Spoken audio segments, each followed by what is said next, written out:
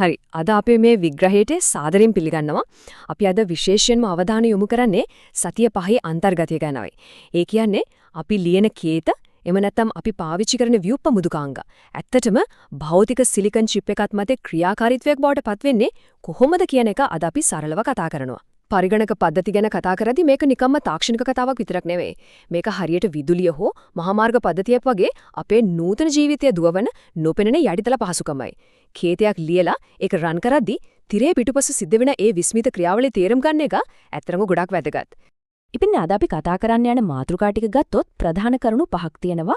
වොන් Newman ආකෘතියේ ඉඳලා වියුක්ත මට්ටම්, දෘඩාංග සහ මෘදුකාංග අතර තියෙන ගිවිසුම, ප්‍රොසෙසරයක ක්‍රියාකාරී රිද්මය සහ අවසාන වශයෙන් මේ ආකෘතියේ එමන් නැත්නම් ආකිටෙක්චර අපිට වැදගත් වෙන්නේ ඇයි කියන එක අපි පියවරෙන් පියවර බලමු. අපි මුලින්ම කතා කරමු වොන් නියුමන් ආකෘතිය ගැන. මේක තමයි හැම දෙයකම භෞතික පදනම. නවීන පරිගණකකරණයේ තීරුම් ගන්නන් නම් අපේ 1945 වර්ෂයට යන්නම ඕනි. අද අපි පාවිච්චි කරන ස්මාර්ට්ෆෝන් එකේ ඉඳන් ලෝකේ තියෙන බලවත්ම සුපිරි පරිගණකයේ දක්වාම පදනම වෙලා තියෙන්නේ ජෝන් වොන් නියුමන් යෝජනා කරපු මේ ඓතිහාසික ආකෘතියයි. මධ්‍යම සැකසුම් ඒකකය, ප්‍රධාන මතකය සහ ආදාන ප්‍රතිදාන උපාංග කොහොමද එකට සම්බන්ධ වෙලා වැඩ කරන්නේ කියන එක මේකෙන් හරිම සරලව පැහැදිලි වෙනවා. මෙතනදී අපි අනිවාර්යයෙන්ම මතක තියාගන්න ඕන විභාගයත් වැදගත් වෙන ප්‍රධානම සංකල්පය තමයි ස්ටෝර්ඩ් ප්‍රෝග්‍රෑම් කන්සෙප්ට් කියන්නේ. ඉස්සර යන්ත්‍රවල ප්‍රෝග්‍රෑම් එකක් වෙනස් කරන්න භෞතිකව වයර් ගලවලා හයි කරන ඕනානේ. හැබැයි මේ සංකල්පයත් එක්ක උපදෙස් සහ දත්ත කියන දෙකම එකම මතකාවකාශයක ගබඩා කරලා ක්‍රියාත්මක කරන්න පුළුවන් වුණා. මේක මෘදුකාංග නිර්මාණයට ගෙනාවේ පුදුමාකාර නම්‍යශීලී බවක්. දැන් අපි යමු අපේ දෙවනි කොටසට. ඒ තමයි වියුක්ත මට්ටම් 6. එහෙමත් නැත්නම් අපි කොහොමද මේ දෘඩාංගවල සංකීර්ණ බව හංගන්නේ කියන එක. ඇත්තටම දෘඩාංග කියන්නේ ට්‍රාන්සිස්ටර් බිලියන ගණනක් එකතු වෙලා හැදුණු මාරම සංකීර්ණ පද්ධතියක්. හැබැයි මෘදුකාංග හදන කෙනෙකුට මේවා ගැන වද වෙන්න ඕනේ නෑ. මේ රූපයෙන් පේන විදියට පහළින්ම තියෙන ඩිජිටල් තාර්කික මට්ටමේ ඉඳන් ඉහළින්ම තියෙන ගැටළු නැඹුරු භාෂා මට්ටම දක්වා අපූර්ව ස්තර කිහිපයක් තියෙනවා. භෞතික ක්‍රියාකාරීත්වය සහ මෘදුකාංග අතර තියෙන මේ පරතරය පාලනය කරන්නේ මේ කියන ස්තර හරහායි. මේ ඇබ්ස්ට්‍රැක්ෂන්ස් එහෙම නැත්නම් වියුක්ත කිරීම අපිට ගොඩක් වැදගත් වෙන්නේ අන්න ඒ නිසයි. මේ නිසා ක්‍රමලේඛකයින්ට අරකින සංකීර්ණ මයික්‍රෝ ආකෘතිය ගැන හිතන්නේ නැතුව තමට පහසු මට්ටමකින් ඉඳන් වැඩ කරන්න පුරුව. ඒ වගේම සෑම ඉහළ මට්ටමක්ම ඊට පහළින් තියෙන මට්ටම එක කතා කරන්නේ කම්පයිලර්ස් සහ ඉන්ටර්ප්‍රීටර්ස් ලගේ පරිවර්තක මාර්ගෙන්. තුන්වෙනි කොටස විදිහට අපි බලමු දෘඩාංග සහ මෘදුකාංග අතර තියෙන මේ අපූර්ව ගිවිසුම. ඒ කියන්නේ ISA ගැන. ඉහළම මට්ටමේ මෘදුකාංග සහ පහළ මට්ටමේ භෞතික දෘඩාංග එකට යා කරන්න විශේෂ පරිවර්තකයක් ඕන වෙනවානේ. මෙන්න මේකට තමයි ඉන්ස්ට්‍රක්ෂන් සෙට් ආකිටෙක්චර්. එහෙමත් නැත්නම් ISA කියලා කියන්නේ. මේක නිකන් පොතවල තියෙන න්‍යායක් නෙවෙයි. මෘදුකාංග වලින් සිලිකන් චිප් එකට උපදෙස් දෙන ප්‍රායෝගික භාෂාව තමයි මේක. මෘදුකාංග වලට දෘඩාංග වලින් වැඩ ගන්න පුළුවන් කොහොමද කියන එක මේ ගිවිසුමෙන් හරියටම අර්ථ දක්වනවා. ඊසා එකක් කරහා හඳුනාගන්න ප්‍රධාන උපදේශ කාණ්ඩ 4ක් මෙතනදී අපිට පැහැදිලි වෙනවා. දත්තේ හැමයා ගෙනියන data movement, එකතු කිරීම අඩු කිරීම වගේ දේවල් කරන computation, වැඩසටහනේ ගමන් මගු තීරණය කරන control flow සහ මෙහෙයුම් පද්ධතියින් සේවා ලබා ගන්න system services කියන කාර්යයන් සියල්ලම මේකෙන් හසුරවනවා.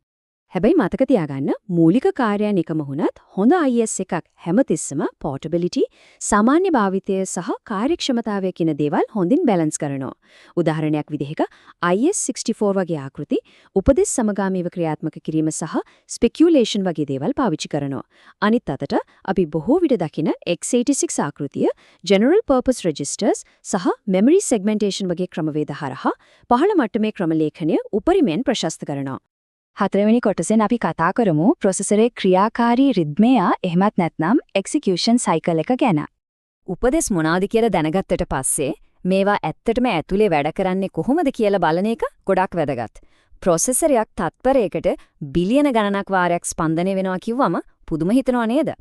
මේ හැම මොහොතකම සිද්ධ වෙන්නේ ඊටාම සරල පියවර 4ක්. මතකයෙන් උපදෙස් ලබා ගන්න fetch, ඒක තේරුම් ගන්න decode, විධානය ක්‍රියාත්මක කරන execute සහ අවසානයේට ප්‍රතිඵලය ගබඩා කරන store කියන පියවර 4 තමයි නොනවත්වාම සිද්ධ වෙන්නේ. අද කාලේ තියෙන processors මේ චක්‍රය තවත් වේගවත් කරන්න පුදුම විදිහේ උපක්‍රම පාවිච්චි කරනවා.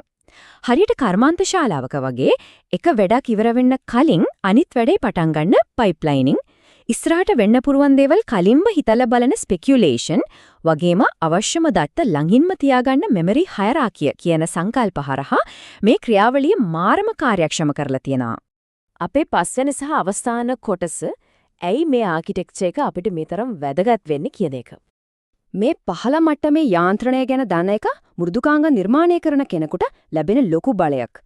මේ දැනුම පාවිච්චි කරලා වඩාත් වේගවත් ආරක්ෂිත කේත ලියන්න පුළුවන්. නිකමට හිතලා බලන්න සාමාන්‍ය YouTube වීඩියෝ එකක් බලද්දි හරි ඉන්ටර්නෙට් එකේ දෙයක් සර්ච් කරද්දි හරි තිරේ පිටුපස මේ කියන සංකීර්ණ ISA උපදේශ බිලියන ගණනක් කිසිම වැරද්දක් නැතුව තත්පරයක් පාසා වැඩ කරනවා. මේක ඇත්තටම අපේ ජීවිතය පවත්වාගෙන යන හැබැයි අපිට පේන්නේ නැති ඩිජිටල් යටිතල පහසුකමක් වගේ. අද සාකච්ඡාව අවසන් කරන්න කලින් මේ ගැන පොඩ්ඩක් හිතලා බලමු. අපි එදිනදා ගත කරන මේ නවීන ජීවිතය අපිට ඇහැටවත් පේන්නේ නැති මේ තරම් සියුම් ඩිජිටල් ජාලයක් සහ වියුක්ත මට්ටම් ගණනාවක් මත කොයිතරම් දුරට රැඳිලා තියෙනවද? සතිය පහේ අන්තර්ගතය ගැන කරපු මේ පැහැදිලි කිරීම පරිගණක ගෘහ නිර්මාණ ශිල්පය ගැන තවත් ගැඹුරින් හොයලා බලන්න හොඳ අඩිතාලමක් වේවි කියලා විශ්වාස කරනවා.